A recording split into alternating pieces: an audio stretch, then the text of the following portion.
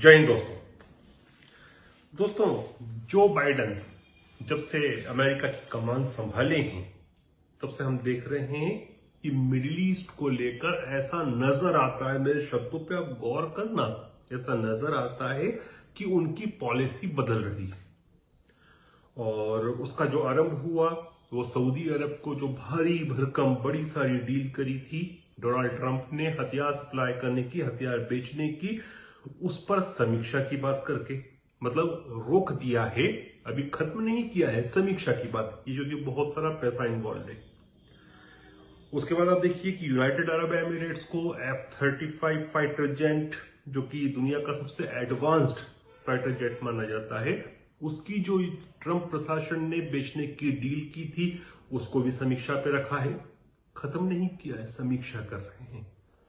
और रिसेंटली जो एक बड़ा डेवलपमेंट हुआ है कि जो Saudi alliance led war in Yemen का जो युद्ध है उससे यूनाइटेड स्टेट्स ने सपोर्ट विड्रॉ किया है। और उसके पीछे जो बाइडन शुरू से मानव त्रासदी की, ह्यूमन राइट्स की बात करते रहे हैं।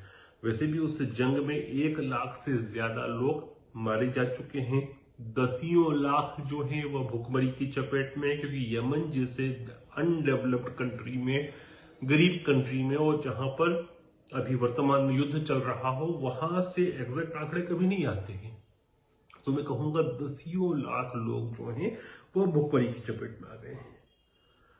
तो इसको हम क्या समझें कि क्या केवल मानव अधिकारों के लिए जो बाइडन ये कर रहे हैं कि सऊदी हो सकता है और हथियारों का उपयोग यमन में करे, F-35 का उपयोग जो है वो यूएई करे, हालांकि यूएई ने अपने आप को विड्रॉ कर लिया है यमन की वॉर से।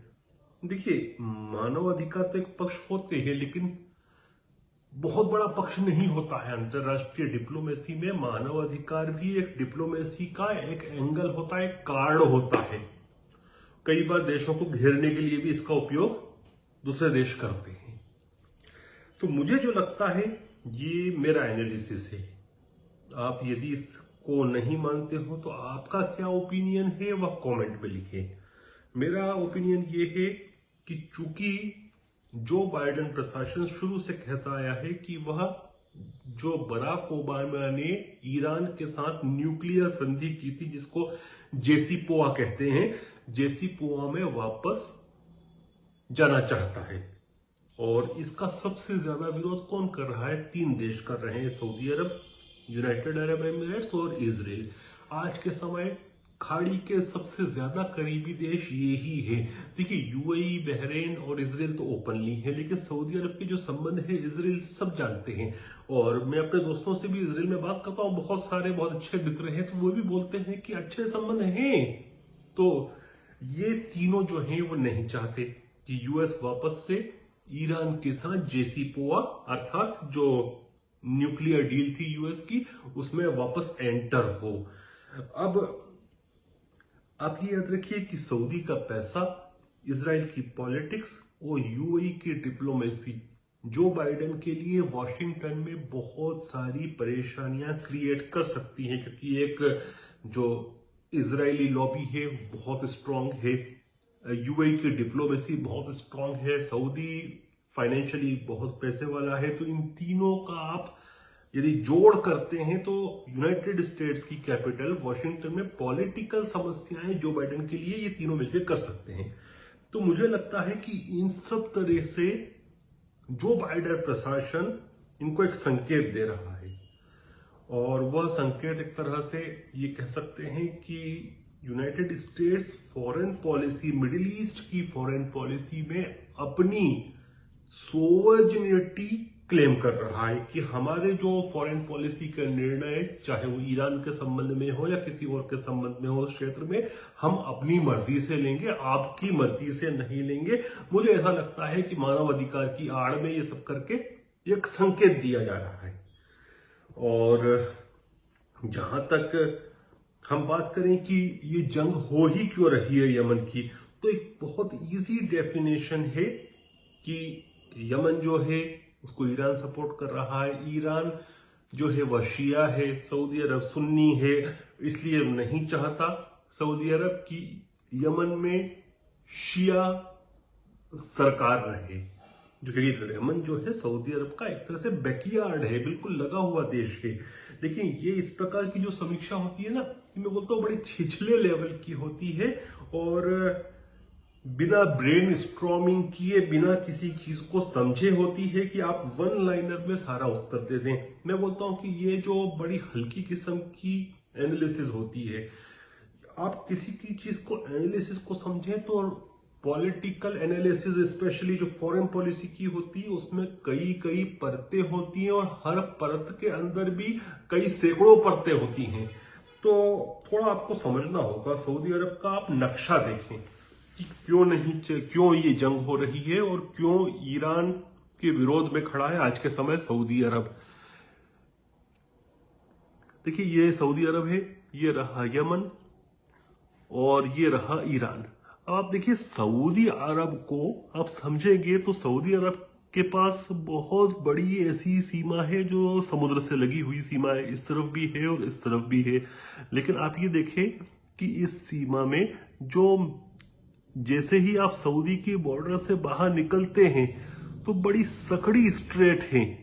ये देखिए, इधर भी बड़ी सकड़ी स्ट्रेट है, यमन के इधर ये जो आप कह सकते हैं जिबूटी के पास में जो स्ट्रेट है वह भी बहुत सकड़ी है, और ये बड़ी फेमस स्ट्रेट है ईरान के इधर, ये इसको कहते हैं स्ट्रेट्स ऑफ हुर्मुस, ये भी बड़ी सकड़ी है और इनका ब्लॉकेज करना बहुत आसान है। यदि ईरान से कल से सऊदी अरब के कोई विवाद होता है तो इस तरफ से तो बड़ी आसानी से ईरान की नेवी जो है उसको ब्लॉकेज कर सकती है। और यदि आप ये देखिए कि यमन में ईरान समर्थित सरकार होगी तो इसको भी ब्लॉक कर सकती है। तो इससे क्या होगा कि सऊदी अरब लैंड लॉक्ड हो जाएगा और सऊदी अरब का पूरा व्यापार इन दो तरफ से होता है। तो इसमें जो लोग बात करते हैं कि केवल शिया सुन्नी का एंगल है, मैं इसको नहीं मानता। इसमें बहुत बड़े जो है सामरिक तथा आर्थिक हित जुड़े हुए हैं, और मैं इसलिए भी नहीं मानता कि केवल शिया सुन्नी का विषय है इसमें और पॉलिटिक्स नहीं है। मैं इसलिए नहीं मानता क्योंकि किसी जमाने में ये हुआ था कि नॉर्थ यमन, जैसे ईस्ट जर्मनी और वेस्ट जर्मनी थी, ऐसे ही नॉर्थ यमन दो भागों में था। यमन का विभाजन जो था किसी समय वह दो भागों में था, एक था नॉर्थ यमन, दूसरा था साउथ यमन। और नॉर्थ यमन जो था वह ऑटोमन एम्पायर, टर्किश एम्पायर के कंट्रोल में था, और साउथ यमन जो था वह ब्रिटिश एम्पायर के कंट्रोल में था। अब जब ऑटोमन एम्पायर का कॉलेप्स शुरू हुआ फर्स्ट वर्ल्ड वॉर के बाद, तो नॉर्थ यमन में शिया समुदाय ने एक अपनी किंगडम बनाई और उसका नाम रखा मुतवक्किल किंगडम ऑफ यमन। ये शिया राजघराने ने बनाई, लगभग 4 दशक इन्होंने वहां शासन किया। और उसके बाद 1962 में उन्हीं की सेना ने बगावत की और यूएसएसआर और इजिप्ट ने उसका समर्थन किया और उन्होंने एक रिपब्लिक बनाई, यूएसएसआर तथा इजिप्ट के समर्थन से। और उसके बाद जब ब्रिटेन हटा साउथ यमन से, तो वहां पर भी जो गवर्नमेंट बनी वह एक कम्युनिस्ट गवर्नमेंट बनी, मार्क्सिस्ट सरकार बनी। तो अब क्या हुआ, इसमें कोल्ड वॉर का एंगल आ गया। एक तरफ से ऊपर की तरफ से जो नॉर्थ यमन था, जहां पर मिलिट्री ने रिबेल किया था और मिलिट्री से लड़ रही थी राजशाही। राजशाही कौन सी थी? शिया राजशाही थी। और इसको समर्थन कौन कर रहा था? इसका समर्थन सबसे ज्यादा समर्थन कर रहा था शिया राजशाही का उस कालखंड में सऊदी अरब, अमेरिका और ग्रेट ब्रिटेन। और जो नीचे वाला पोर्शन था उसके बारे में हम बाद में बात करेंगे, क्योंकि वहां पर इस प्रकार की राजशाही नहीं थी। लेकिन आप ये देखिए कि केवल और केवल शिया वाला एंगल होता कि सऊदी अरब नहीं चाहता कि उसके पास में और उसके जस्ट नेबरहुड बैकयार्ड में शिया सरकार रहे, तो क्या वह मुतवक्किल किंगडम थी उसका समर्थन करता अपनी खुद की आर्मी के, उसकी मुतवक्किल किंगडम की खुद की आर्मी के विरुद्ध? लेकिन सऊदी अरब ने किया, तो इसमें सामरिक और आर्थिक हित जुड़े हुए थे। और उसके बाद यह हुआ कि जब यूएसएसआर गिर गया तो दोनों यमन थे वह मिल गए और एक यूनाइटेड यमन बना, जिसके राष्ट्रपति बने अली अब्दुल्ला सालेह। अब अली अब्दुल्ला सालेह की बात करें तो ये भी शिया थे और इनके संबंध बड़े मधुर थे सऊदी अरब से। और ये जब अरब स्प्रिंग आई तब ये हटे, क्योंकि इनके ऊपर करप्शन के बहुत सारे इल्जाम थे, लोग इनसे इनको पसंद नहीं कर रहे थे। मैं आज के संवाद में कहीं भी मॉरल इश्यूज की बात नहीं कर रहा हूं, क्या सच है, क्या झूठ है, क्या सही है, क्या गलत है। मैं केवल बात कर रहा हूं क्या हो रहा है उसका हम इंटरनेशनल पॉलिटिकल एनालिसिस कर रहे हैं। तो आपको समझ में आया होगा कि सऊदी अरब की बहुत बड़ी सीमा जो है वह समुद्र से जुड़ी हुई है, लेकिन स्ट्रेट ऑफ हॉर्मोज और दूसरा जो स्ट्रेट है जो यमन से लगी हुई है जिबूटी के उधर, ये वो इतनी सकड़ी है कि यदि उसको ब्लॉकेज हो जाए तो सऊदी अरब जो है वो लैंडलॉक्ड बन जाएगा और व्यापार नहीं कर पाएगा। इसलिए सऊदी अरब की सेनाएं लगातार बम्बार्डिंग कर रही थी यमन के ऊपर कि कैसे भी ईरान, क्योंकि ईरान से उनके संबंध अच्छे नहीं है, ईरान समर्थक शिया गवर्नमेंट नहीं बन जाए। शिया तो अली अब्दुल्ला साले भी थे, शिया तो जो थी वह किंगडम भी थी जिसका वो समर्थन कर रहा था, लेकिन ईरान समर्थक नहीं बन जाए। और एक आध दिन हम उस पर भी बात करेंगे कि ईरान की इनकी समस्या क्या है, केवल शिया सुन्नी नहीं, उसके अंदर बहुत सारे पॉलिटिकल रीजंस भी हैं। तो जब भी एनालिसिस करें ना, बहुत सारी परतों को निकालें। आपको लगेगा कि एक सिंपल आंसर इंटरनेशनल पॉलिटिक्स में नहीं होता, बड़ी कॉम्प्लेक्स होती है इंटरनेशनल पॉलिटिक्स। अब विषय ये है कि क्या सऊदी अरब और यूनाइटेड स्टेट्स के संबंध खराब होने वाले हैं? मैं कहता हूं नहीं होने वाले हैं। ये केवल एक जिसको कहते हैं ना कि थोड़ी सी घुर्की दी है ताकि सऊदी अरब और यूएई थोड़े सॉफ्ट हो जाएं। हो सकता है क्योंकि अभी सऊदी अरब, यूएई और इजराइल एक साथ काम कर रहे हैं। शायद जो बाइडेन प्रशासन जो है वह जल्द ही चाहता है कि जल्दी से जल्दी ईरान के साथ न्यूक्लियर डील में एंटर हो जाए और उसके ऊपर से सैंक्शंस कम करे। तो ये मुझे लगता है घुर्की दी है कि हम अपने निर्णय खुद लेंगे, आप ज्यादा कुछ मत करें। लेकिन सऊदी अरब और यूएई और विशेषकर सऊदी अरब से यूएस के संबंध खराब नहीं हो सकते। क्यों नहीं हो सकते? क्योंकि वर्तमान परिस्थिति में आप देखिए, सीरिया तक की बात करें तो वहां रशिया बैठा है और रशिया को डेमोक्रेट पार्टी अपना एनिमी नंबर 1 मानती है। तो यदि यूएस अपना ग्राउंड खोएगा तो उस ग्राउंड को कौन कैप्चर करेगा? रशिया और चाइना करेंगे। तो यूएस वो अफोर्ड नहीं कर सकता। तो सऊदी अरब को साथ रखना यूएस की मजबूरी भी है।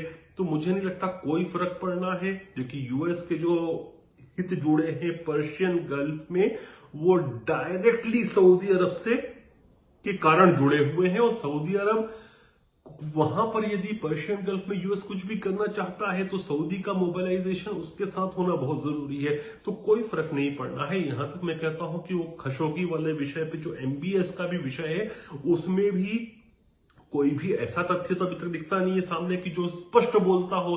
तो अमेरिका कहीं ना कहीं बेनिफिट ऑफ डाउट देगा, थोड़ा हंगामा करेगा, हो सकता है बेनिफिट ऑफ डाउट उसमें भी दे दे। मैं प्योर पॉलिटिकल बात कर रहा हूं। और लॉन्ग टर्म में जैसे इनका संबंध है वैसे ही बने रहेंगे। तो आपको आज का एनालिसिस कैसा लगा मेरा, आप लिख के जरूर बताएं। जय हिंद, जय भारत।